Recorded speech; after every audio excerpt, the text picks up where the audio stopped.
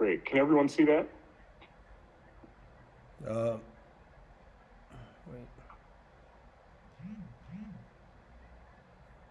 Make sure. Everyone can see that, okay? Yeah. Yes. Okay, wonderful. So I will just get started. As I mentioned, my name is Brian Walker. I am the CEO of Picture Motion.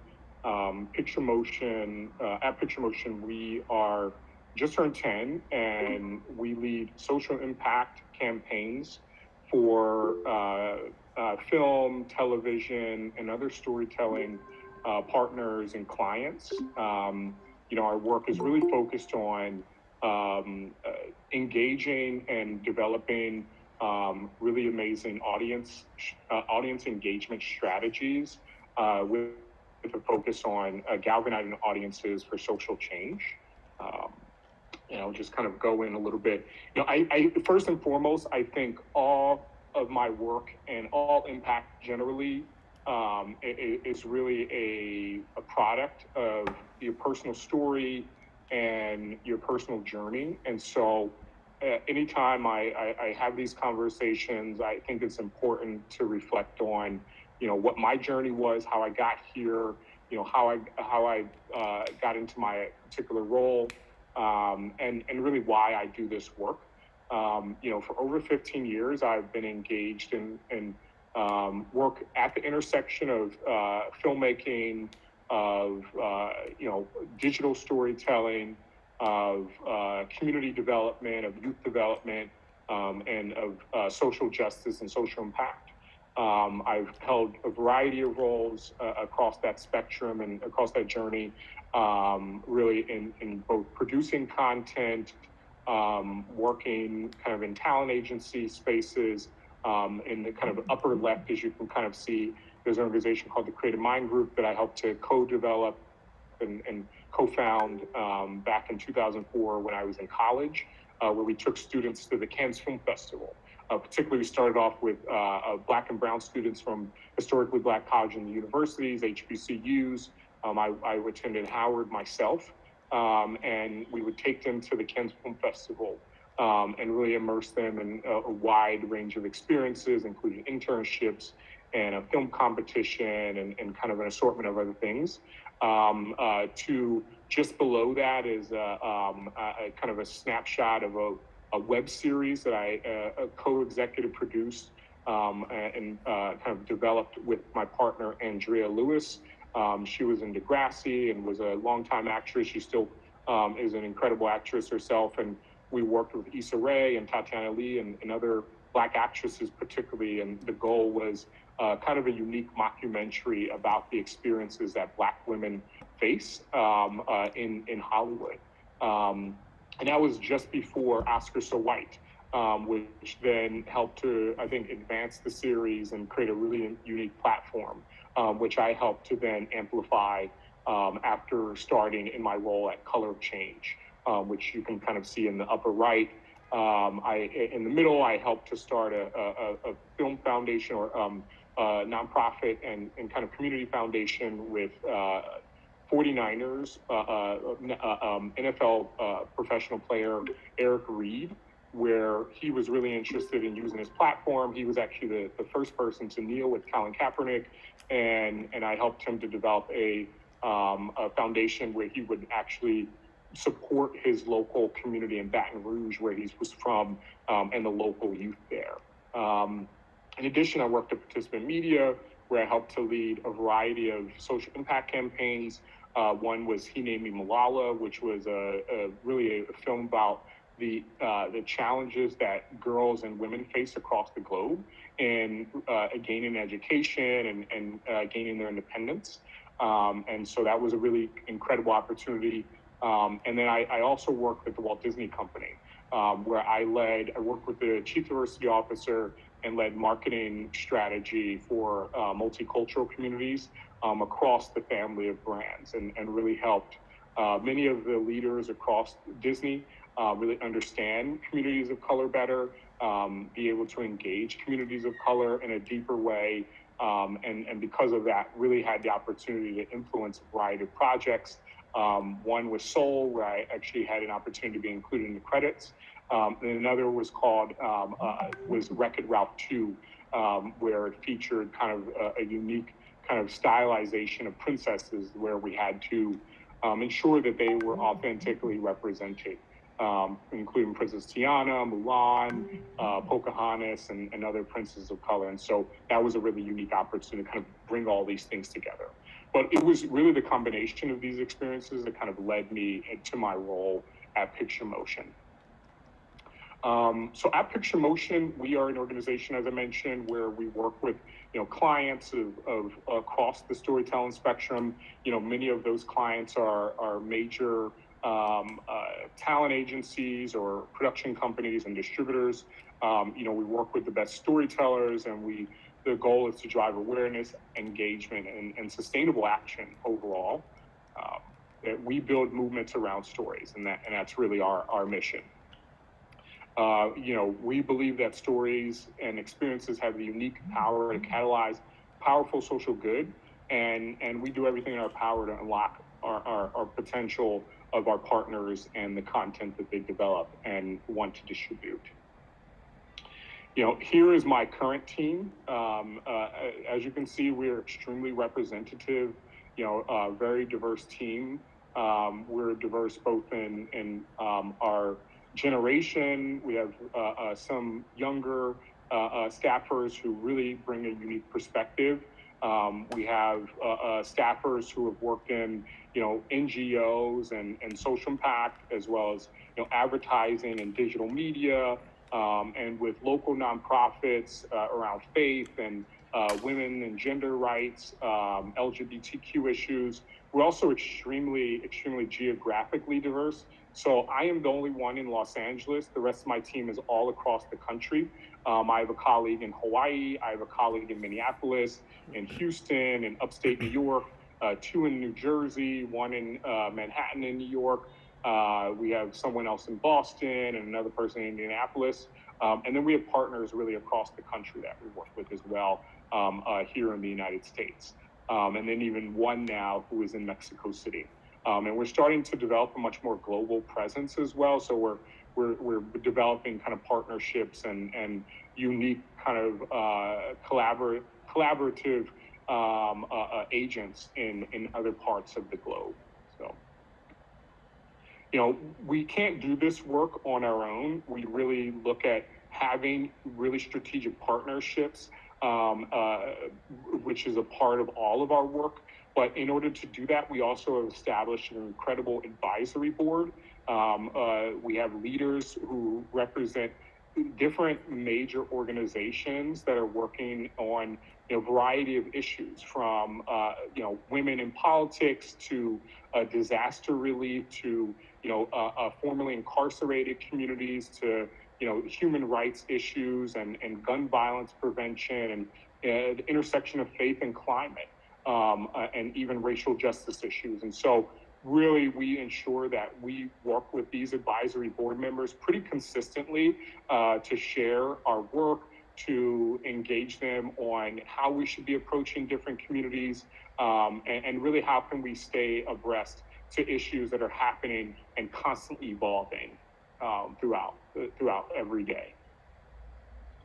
And in addition to that, we've also developed and over time, a unique set of network partners. And so this is just a really great representation of partners, from foundations to creator organizations to big brands, to major filmmakers and other kind of influencers and nonprofits outside of our advisory council as well as many screening venues and local community organizations that host content. We couldn't do this work without them. And so this is just a really great visual representation of all of that. This is, just kind of we try to let folks know we are not the experts on these issues.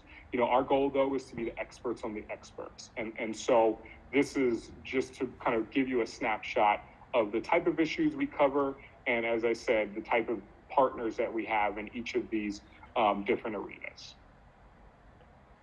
And then this is just a quick snapshot of a collection of films that we have led campaigns for over our 10 years. Throughout that time, we've led campaigns for over 250 film and television series, primarily documentaries and docuseries, but we have worked on some scripted content as well, both from short film and larger feature narrative films as well, big box office films. But we've been able to leverage those projects to do a number of things and lead a number of campaigns for different communities. And currently this is kind of a representation of some of our clients. Usually we actually have about 10 to 15 campaigns running at a time. We usually lead about 35 to 45 campaigns a year.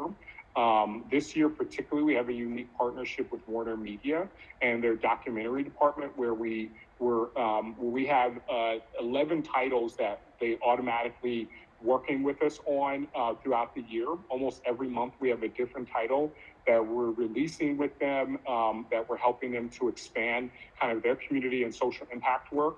And so that's really elevated our number of campaigns this year.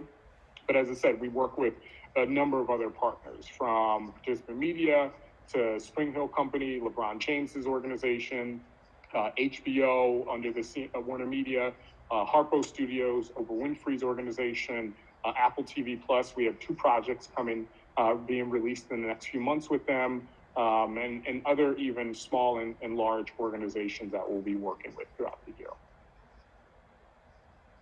So just to get you started on what how do we approach our impact work, I'll kind of go over the next few slides. Will be a representation of major service areas that we provide to our clients, and they go really throughout the life cycle of content and content development and production, post-production, and distribution.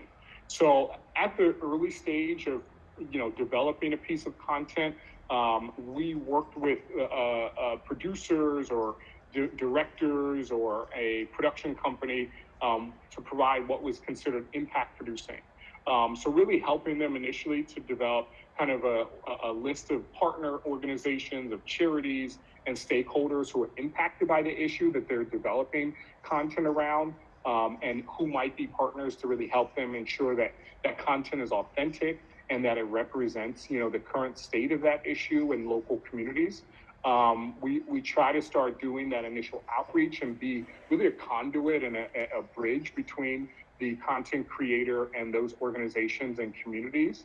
We work with the organizations and providing them with creative consulting, as well as what is considered kind of fiscal sponsorship development. So in fiscal sponsorship is really how organizations that are for profit might be able to receive donations or charitable funding, which in most cases is how you might be able to fund a social impact project.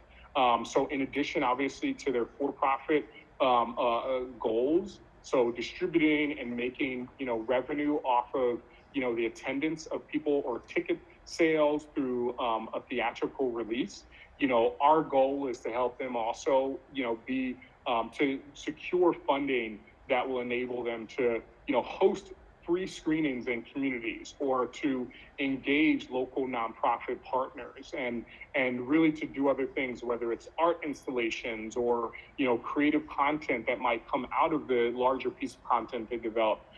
So fiscal sponsors are kind of a pass-through organization that enables them to receive that funding through that partner who does have what is considered a 501c3 kind of nonprofit status here in the United States, and can actually receive the funding and provide those funders, the donors, individual donors, or charitable funders, with the tax incentives that come with providing that initial donation. So we really help to shape and develop what that might look like. In addition to that, we might help them to develop, that script or that content, as I mentioned, with a lens on the furtherance of impact they might want to have around their project. In addition to that, we might work with, as they start to get to the stage of production, might work with the different department heads as they're considered. So that might be, someone who is leading, art design, someone who is leading, location scouting, someone who is leading, the actual production, physical production side. So, the camera crews and the on-set production crews, we might work with them to develop a plan that enables them to be the most impactful and ensure that their project is representative of the, of the goal that they have around the content itself. So if it's obviously thinking about an organization that says they want to represent, a formerly incarcerated community, they want to have an issue that is talking about, people who were recently in prison and now they're trying to get a job. So why not, through that production process, ensure that you're employing people who are formerly incarcerated? So working with different organizations that might be, a job recruitment organization for formerly incarcerated, or a nonprofit that is working with formerly incarcerated, and have them come on board to be a strategic partner, but really trying to ensure that it's representative. Same with a climate change, issue.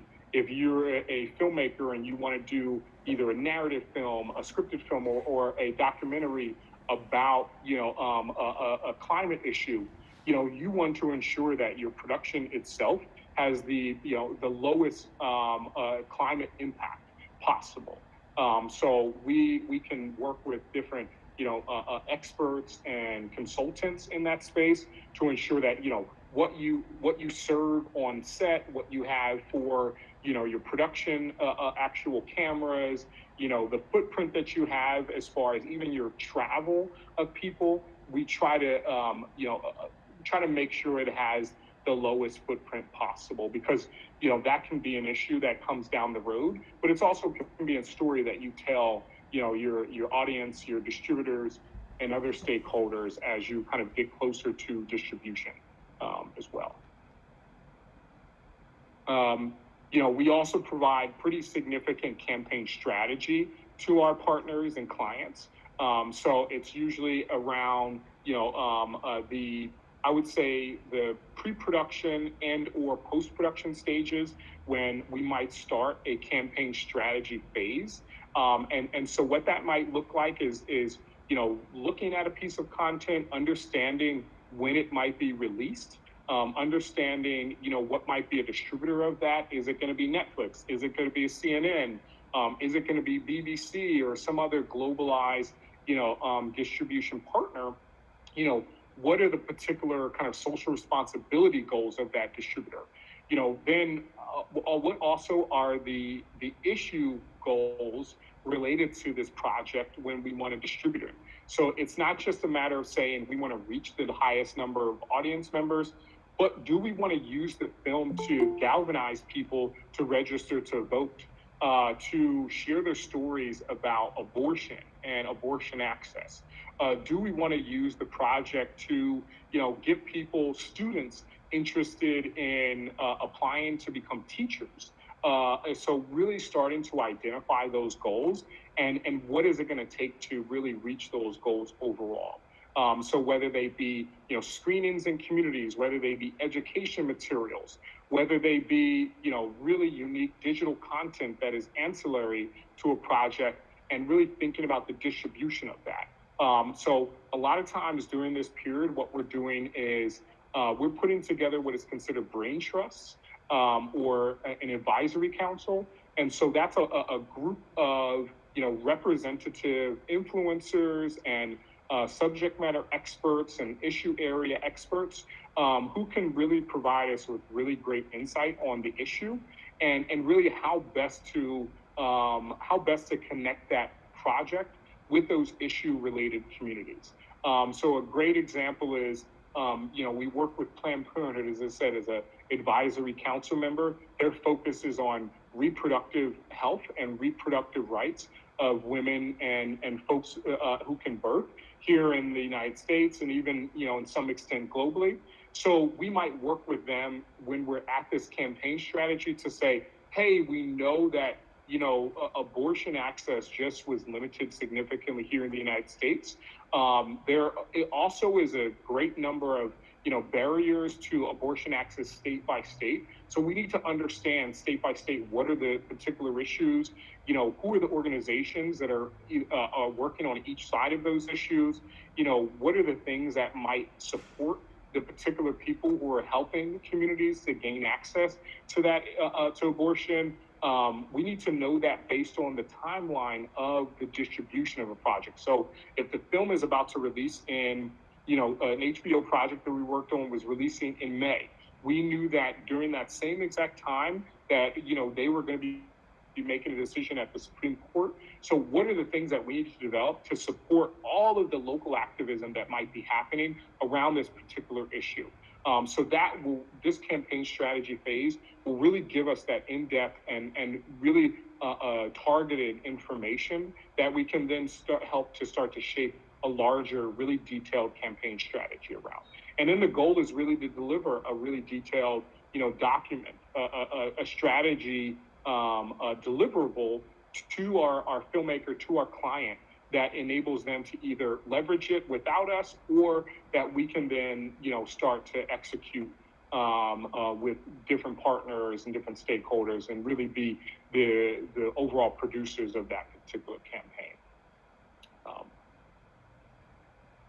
Next is really partnerships at the heart of everything that we do. And so, us providing access to a large network of partners, and then do additional partnership research and engagement and understanding those partners really well. That's a big part of why clients come to us, because, we're working in these issues almost every day. If they come to us about, an issue around climate, or an issue about, policing, or about the lack of education resources in schools, we've likely already worked with partners in that space, and so we have a really great intimate knowledge on how to engage those organizations, how to engage those leaders, and so that's just really a big part of the work that we're leading every day.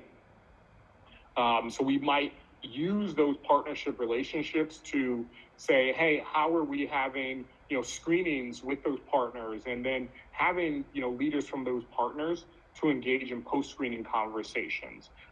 They might also use a short piece of content around a larger film to then host a webinar about their particular issue. So right now we're getting into what is considered midterm elections.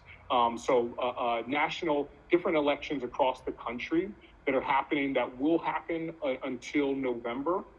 So different get out to vote and voter registration organizations are using different content that we are working with to organize people and local communities, to educate them on the different issues, and then to get them to sign up to register to vote, and to make sure that they have a plan of the day of voting. And that's a big part of how do we get more people involved in civic participation.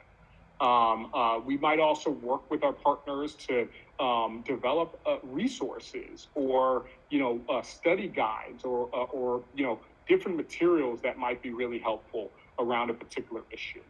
And as I said, a discussion guide that might go with a piece of content, that's a big part of our partnership engagement as well. Another big area that we work on is what is considered grassroots screenings. So this is really comes in play once the film has been distributed.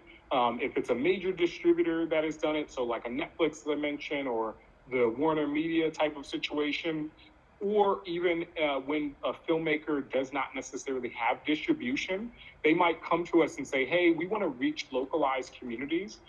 We want to ensure that they have access to our film and that they can use it to screen. As I said, we have many, voter registration organizations that are using our different pieces of content. So they might engage, through a grassroots screening tour. And so through this, our goal is really to develop a host screening toolkit that makes sure that they either understand how they can access a film, whether it is on a streaming platform, or whether they're actually we're gonna build a actual digital screening hub for the film to be made available for them and their communities. So that'll kind of outline that. It might also include the discussion guide, a link to that. And so the goal is that we can reach different audiences across the country that represent the different issues, and we facilitate a lot of those communications. For the majority of our screening, grassroots screening tour, what we call them, we work to ensure that there's at least 30 screenings for a grassroots screening tour over the span of about 3 to 6 months. Now, depending on the issue area, depending on, how wide, how much time that we can spend on a particular project, depending on the budget, we far surpass 30 screenings. In a lot of cases, we get well over 50 screenings, and in some cases, we get well over 100 screenings as well for different projects and content. And so really, it's about ensuring that local communities, first and foremost, have access to the project, that they can then engage in conversations about the issue, potentially that they can plug into a larger campaign, potentially a website or a email list or some other communications channel that we're leading with the filmmaker to ensure that they can then receive additional information around that issue and around that project in itself. So that's really a representation of our grassroots screenings. And then what we might also be doing is, impact events and experiences. So in addition to our screenings, that we might help to facilitate with local community partners, we also may host really large-scale premiere style screenings. So they might be, in-person screenings or even digital screenings where we will fully produce them. We will put together an invite list where our goal is to reach and have an audience of at least 250 up to 1,000 potential attendees for a screening event. As I said, they might be in person where it's a larger kind of actual theater screen where we're inviting folks to come to actually have different experiences. So whether it is, a youth screening. So this summer we hosted a screening event series for a film called Citizen Ash for CNN Films that premiered on CNN. It was about Arthur Ashe, who is a really incredible tennis player who also was an activist, humanitarian. He really impacted people globally.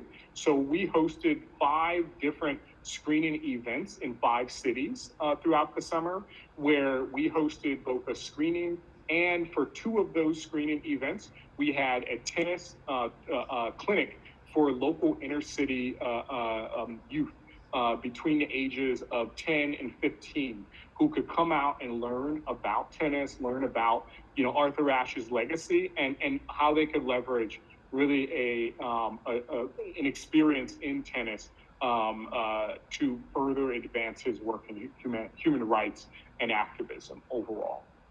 We've had ones where we, hosted an art installation where people could kind of see, different examples of visual art. We've hosted poetry readings that also come with a screening. We've hosted a variety of things, dinners that also are connected with screenings. So really, it's a way in which we can immerse people into a kind of a what I call a multi-sensory experience, because that's the best way for people to learn and then to be able to advance and further engage in a piece of content and an issue related to that content. So as I said, both in-person and virtual screening events. So kind of going through, actually what I'll do is I'll take a moment. I know that was a lot of content. So I'd love to take a moment and actually just open it up for any questions. If folks have any, if there might be in the chat, if folks have any things where they, want to actually have more interest or want me to dive any deeper, I'd love to just open it up and answer any questions. And then I can go through after this a set of case studies, but I know we have a little bit more time, and I just wanted to kind of, engage in, I think, a more interactive dialogue as possible. So. Any questions or thoughts? Guys, you have anything to say?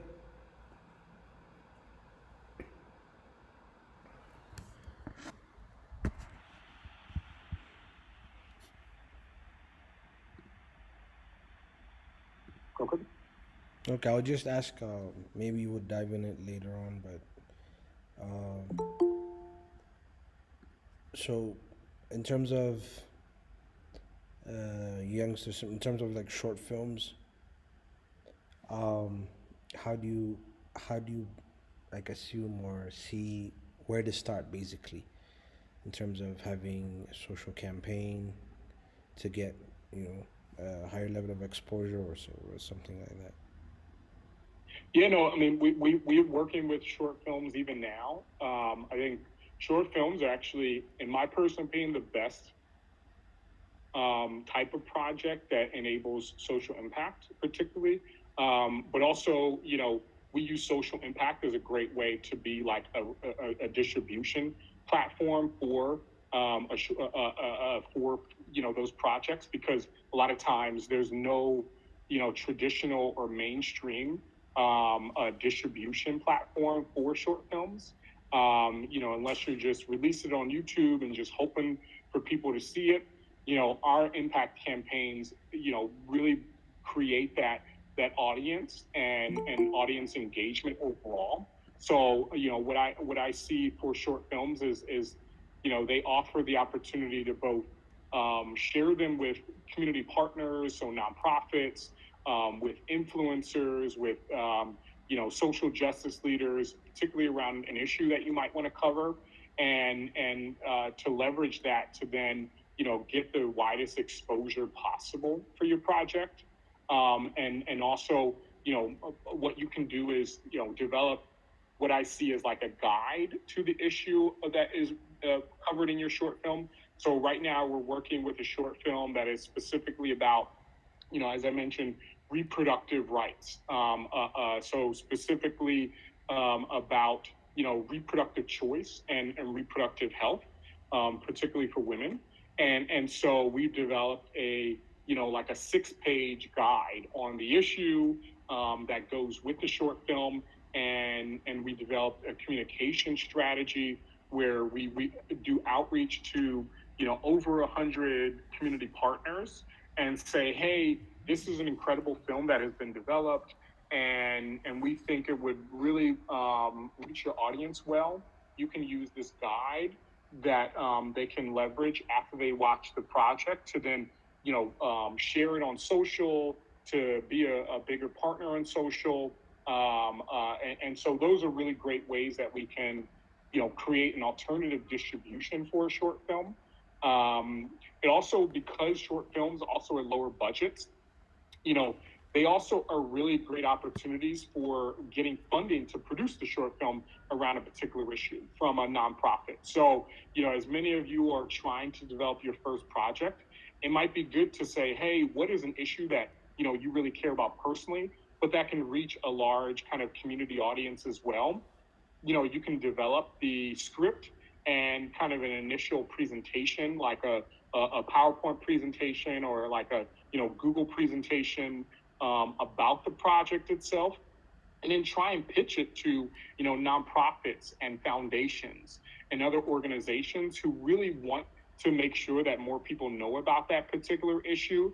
And so they might be the ones to fund the particular short film itself, because they want to see this project come about, and they know that using film and using storytelling can be a great way to expand and amplify that issue. I don't know if that helps. Okay, an additional one. So, how does the this new the digital revolution of this social medias um, impact or even have a role in terms of designing a social campaign, in terms of short films, in terms of films or short films, or how can Yeah, no, the youngster use those platforms to get more and more exposure or have a better impact? I think social media is really the best tool for social impact campaigns and short films, particularly. As I said, using both, the the new digital channels like a YouTube, like Vimeo, You can put content on Facebook now. You can put content, depending on how long the content is. You can put shorter pieces of that content on Instagram, on TikTok, and you can create smaller pieces of that to really amplify with different communities. And the great thing is then, there are influencers that are representative across every major issue area. So if that issue is about climate change, if that issue is about, human trafficking, if that issue is about, faith and spirituality, trust me, there are particular social influencers who represent that issue and who want content that they can then amplify. And so, throughout that strategic phase, our goal is to create a list of as many of those influencers as possible. Traditionally, in order to go out with a grassroots screening tour, as we called it, we try to create a list of at least 1,000 contacts that we think represent a kind of a conglomerate or a different issue areas of that particular project. And then we start to reach out to them. And many of those are social influencers, or they're nonprofit organizations with large social followings across social media. And so our goal is to make sure that we understand, who is talking about that issue, how can we, create a really great message for them to amplify that particular project, and maybe they might be a really great strategic partner for that project. So I think that's really the best thing about creating, digital content, particularly in your cell phone, or particular, even with regular cameras, that you can create that type of, smaller, shorter, social content, option and selection that you can make available to different influencers. Does that answer that question? Yeah, it does. It does. Okay, perfect. Cool.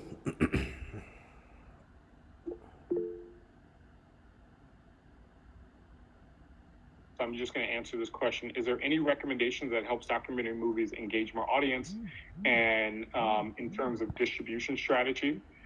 So yeah, I mean, that's literally both a mixture of looking for, there are some unique platforms that specifically focus on, documentary movies that distribute those documentary movies online. So there's one called Film Portal. There's one called, I think it is, what is it? Something Bear. It's actually based in Europe. It's just for climate change films. I have to look it up. There, as I said, YouTube, there's Vimeo. Those are platforms that, have already built-in audiences or that where you can reach people because they have a built-in audience. But, in addition to obviously having that initial platform, then there's ways in which you want to create your strategy to engage those audiences. As I said, creating a list of, really great influencers and partners, nonprofit partners is the best starting place to just do email outreach and to send, cold outreach to different organizations and different leaders and say, hey, I have this film and I want to reach, different people with this film, particularly in your community. Would you be a partner to help me amplify that? Trust me, it works much better than you actually think, because so many organizations, so many influencers are looking for content that they can distribute to represent an issue that they care about. As I said, whether it's on, carbon footprint, whether it is on, demilitarization, whether it is on, refugee crises, whether is it on, food instability in certain communities. There's traditionally community partners and community leaders who are really interested in, and could be really great distribution kind of amplifiers of your project. And so the first thing is just create a list of as many of those people as possible, and then if you can then, before your project even gets to a stage where you can start to look at major distributors like a Netflix or, as I said, National Geographic or BBC, you can even reach out to those partners in advance of having those conversations of distribution, particularly for documentaries. And you can say, hey, I would love for you to watch this film. Don't share it, please. Just watch it yourself and give me a testimonial on what you think about the film, and collect many of those testimonials from people who are trendsetters and are influencers of large communities, and get as many of those testimonials and testimonials, just like quotes of what people think about this film. So it could be the head of NAACP if they watched your film about civil rights era, and they're like, this is the best film that I've seen on this particular issue, and collect that as much as possible and try and create a really great visual presentation of all of those different quotes and testimonials. And then you take that with you when you go and you have negotiations with a potential distributor, as I said, whether it's BBC or some other distribution platform. And that just shows how much this film is needed, first and foremost, how much this film could, reach a particular size of an audience. I mean, if you show that, many of these influencers represent, 1 million or 5 million or 10 million, constituents or community members, that shows that there's great value in your project.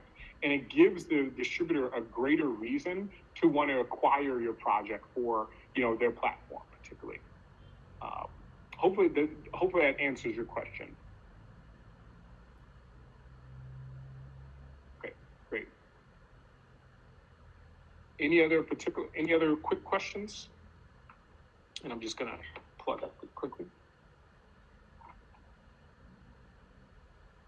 Okay, great. So I'm just going to go quickly through a few case studies on some projects that my team is leading right now. And hopefully they just kind of give you a starting place on the type of work that we're doing. And then from there, we'll open it up for maybe some questions for the last 10 minutes as well.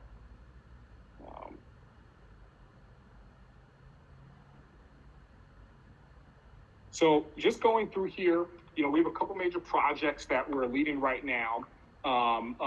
This first one is called Recipe for Change.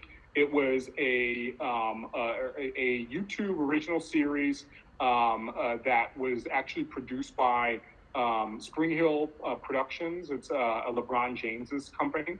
The incredible series of Recipe for Change is really a dinner party series. What they do is they do dinner parties with different major communities, different communities of color particularly. So their first one was about the Asian community and the issues that Asian Pacific Islander communities are facing here in the United States. The second episode they did was about Black women and particularly the issues that Black women are facing here in the United States, and specifically around issues of mental health and colorism and code switching. And so they came and asked us if we could help to amplify this series with communities across the country and to put on a grassroots screening tour where we would reach at least 30 community partners to help amplify the series. So it's available for free on YouTube, but they wanted to make sure that, they were really strategic in reaching some really great audiences. So what we did was we put together a discussion guide that is linked out here. We put together kind of a quick kind of one-page kind of action hub where community partners could come and sign up to host screenings with their different audiences, and that they could get some resources to help support that. So we really help them to then advance that series with many communities, whether it's NAACP, whether it's local churches, whether it's a couple of mental health organizations that specifically focus on Black women here in the United States. They hosted their own screenings, and we were able to reach well over 100,000 people, through our campaign. We also then helped them to actually put on different major in-person screenings at different events. So Essence Fest here in the United States, they had a mini screening with one of our advisory council members and their organization, who was hosting an event on women in politics, Black women in politics particularly.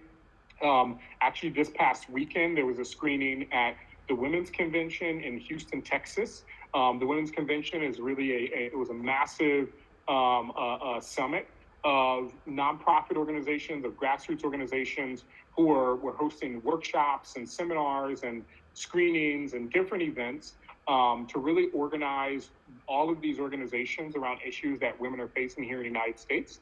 And so we were able to host a screening of this and another project at the event as well. And so we helped to facilitate that relationship. And so that's really a part of the type of work that we do. We also worked with a project called How to Survive a Pandemic, which we're just finishing up our last screening in the next few weeks. So How to Survive a Pandemic was released on HBO. It's really about how the COVID vaccine was developed by just an incredible group of experts and medical experts, medical practitioners across the globe. It was kind of a behind the scenes, intimate look at the development of the vaccine. And so, we helped them to develop both a discussion guide as well as some really major screenings with different major organizations, NGOs, non-governmental organizations as well. Another project is called Color of Care that we've been leading. It's a really large campaign that we're doing this year. It was actually produced by Oprah Winfrey and Viacom and the Smithsonian Channel. And we've done everything from develop their website, colorofcare.org. We developed education resources to teach people. The film is about medical bias here in the United States and how COVID was really a moment to understand the history of medical bias here in the United States. And so throughout this, we have developed, we're going to be doing over 150 screenings with HBCUs, with medical schools, with nursing schools, with policymakers, with all different types of organizations to help them understand this issue better and how they can use this film to, engage in bigger conversations around medical bias as well. This film is about, I'll kind of flash through the film. Endangered is about the issue of journalists and the challenges and the threat that they face across the globe as we have this kind of growing, I would say, growing, a physical threat to journalists trying to cover issues, as well as a growing issue of what they call misinformation or fake news and how, there's a mistrust that's built around the industry of journalism. So we've done screenings, we've developed a couple of resources, and we really helped to amplify the film with more audiences. Another film is called The Takeover, this is actually a short film itself. So this film is unique, and it was premiered about a year and a half ago during COVID, really during one of the worst moments of COVID. So the filmmakers came to us in the last few months. They initially got the New York Times, called OpDocs, was their original distributor. So it was on kind of New York Times' website and their YouTube channel. But then they came to us and said, hey, we have this 39-minute film and we want to reach more audiences. We want it to, make some really great impact. The film itself is about this incredible group they're called the Young Lords. So they are what would be considered the Puerto Rican or Latinx version, a Hispanic version of the Black Panthers back in the 1960s and 1970s. So in 1970, this young group of 20-something went and actually took over a hospital in the Bronx in New York City. And so this film really documents how they did this, how it was really the third of several major actions for them to bring light to the issue of medical bias that was happening, particularly in the South Bronx, how their community, how Black and brown communities were not receiving the same medical care, how their hospital was completely dilapidated, how it wasn't receiving the same amount of funding. And so what we're doing is we've developed the education resource, discussion guide, an action guide to support the film. And then we're reaching out to, different organizations that are talking about this issue, whether they are, racial justice organizations like NAACP or an organization called UNIDOS that represents, Hispanic and Latinx people, or organizations that are specifically focused on, medical care. As I said, we're working with nursing schools and medical schools for the other film, Color of Care. So we're doing really the same for this film as well. And so that's been a really great opportunity to expand this project. As I said, it's a short film, so it provides a really unique vehicle for people to watch this and then have conversations after the film without feeling like they're there for too long. Another project that we're doing with Disney Plus is called Growing Up. We're going to be hosting the premiere for Disney Plus. The film itself is about youth of color, particularly young women of color, non-binary women, non-binary folks of color, and how they're facing different issues throughout their teenage years, and particularly who are the heroes in their lives. And so we're in the midst of that campaign right now. We're doing another one called Katrina Babies, which is really about Hurricane Katrina. And if folks are not familiar with it, it was really a massive hurricane that impacted particularly the southern region of the United States. Particularly New Orleans was a big part. It's called the Gulf Coast. And it showed back in 2005 how much that Black people how much they were not represented in government and particularly disaster relief, because there were images of Black people who were just left on their roofs to die as this flood caused by a explosion of a dam, this hurricane, and a whole host of other kind of corruption and government lack of accountability led to thousands and thousands of deaths, particularly Black people, not only from the flooding waters, but then people dying of starvation and so many of other issues. And so the film itself covers how the youth that were actually experience all this would never even ask, like, how do you feel? What happened? And so it was actually a young man who experienced Hurricane Katrina himself. He's from New Orleans. He went back and did a documentary to talk about the mental health issues and the physical issues that many of the youth that were there experience now, even today. And so we're helping to advance that. It was an HBO film, and it's going to premiere later this month. And so we're going to be we did a discussion guide. We're going to be hosting screenings and really helping to ensure that as many people see this film and have conversations about racism and disaster relief here in the United States.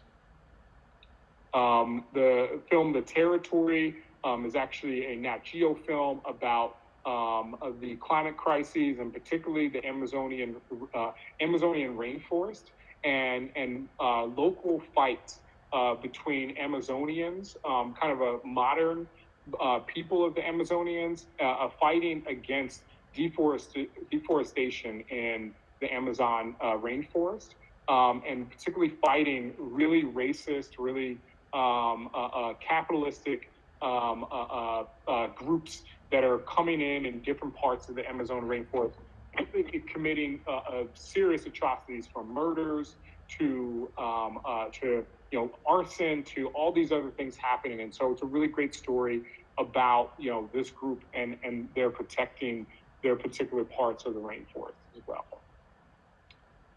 We're actually doing a series of events for a new series coming on Apple TV Plus with Hillary Clinton and Chelsea Clinton, her daughter, as they travel the country and even Europe and talk to different women about what it means to be gutsy, what it means to be independent and strong, and really represent a whole host of issues that women are facing across the globe overall. So we're hosting those events. We're also putting together resources, and then we're helping people to really take action to support women in different ways. I'll kind of go through here with a couple more films and a couple more case studies, but I know we're coming up on time. And so I'm gonna share a quick deck, but I think as I've talked, the goal is that I wanted to get to a place where you would understand what social impact is and really kind of give you a clear definition of that. Social impact is any significant or positive changes that solves, make progress, or addresses social injustice and challenges.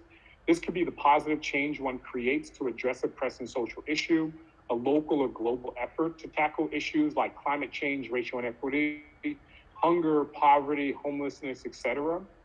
Creating social impact is a result of a deliberate set of activities with measurable goals. And so hopefully through what I've talked about, through kind of the case studies, you get a better understanding of how we advance social impact through our work and what they might look like. Film has a really great power, particularly documentaries. And so I think they're one of the greatest really vehicles of pushing social change. But I also believe that scripted films also have a really great opportunity to create change as well. And this kind of just covers more quotes and more explanations on documentaries and ways that they can be really great catalysts for change. So I will open it up for any more questions and thoughts. I don't know if anyone else has any clarity that they want.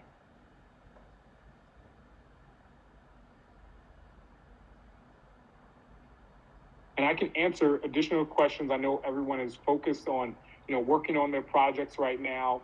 As I said, I've worked on, different film competitions and, work with filmmakers at all, on a variety of size projects. And so I'm happy to answer any questions that you feel like might be helpful for your particular project.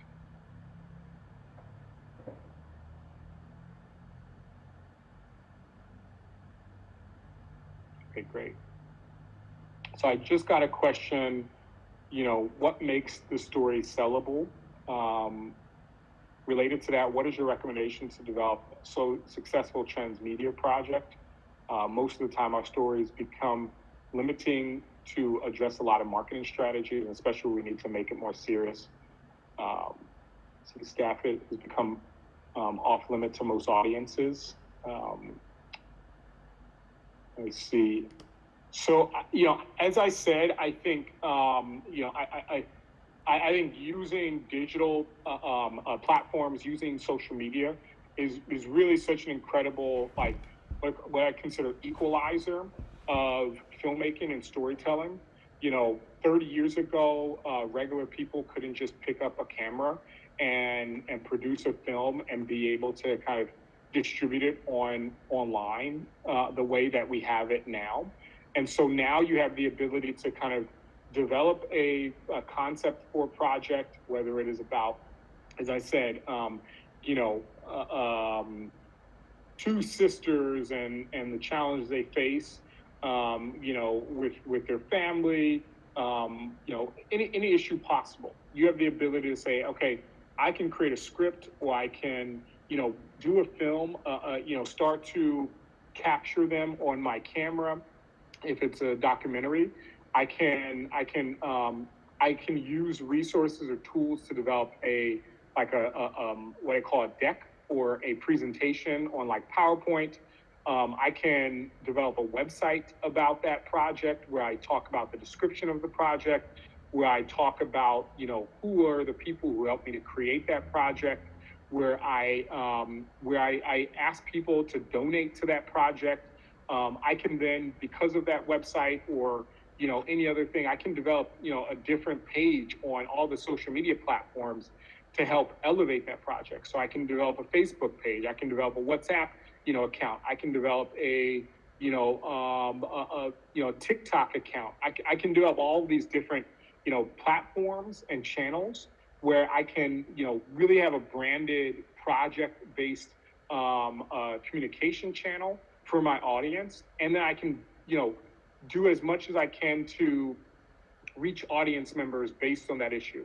So as I said, when we are going into a campaign, our goal is to develop a massive list of, possible what we call stakeholders. So whether they're nonprofit leaders, whether they're just social influencers, people who represent a particular issue, and really figure out how do we want to share our story with them. So whether it's through email, whether it's through direct messaging, whether it's through creating, memes and other social graphics and sharing it, or tagging them when I share the content with them, but getting them, associated and educated and aware of my project, that's the greatest thing about social media and the idea of creating a transmedia project today that we just didn't have access to 20, 30 years ago.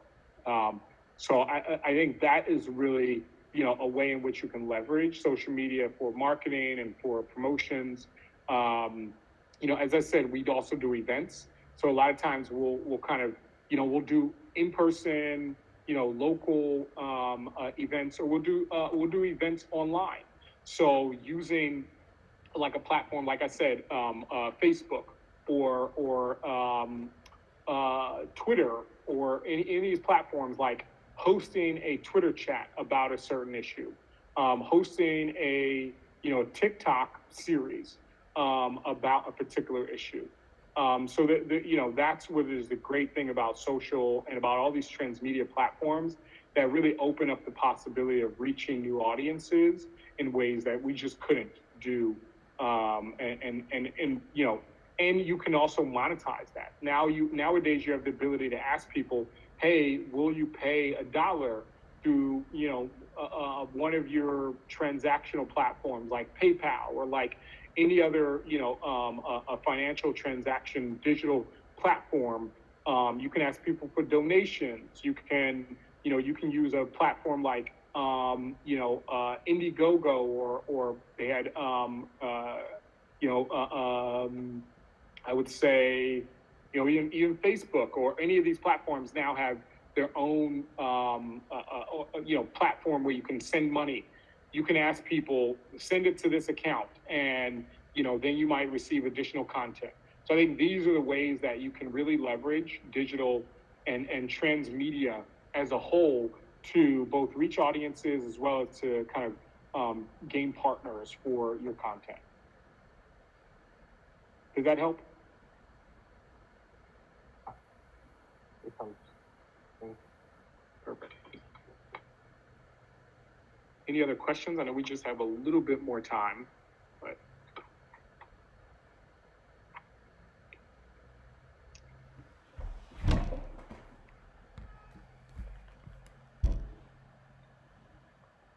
And obviously, if you have any additional questions, I'm here.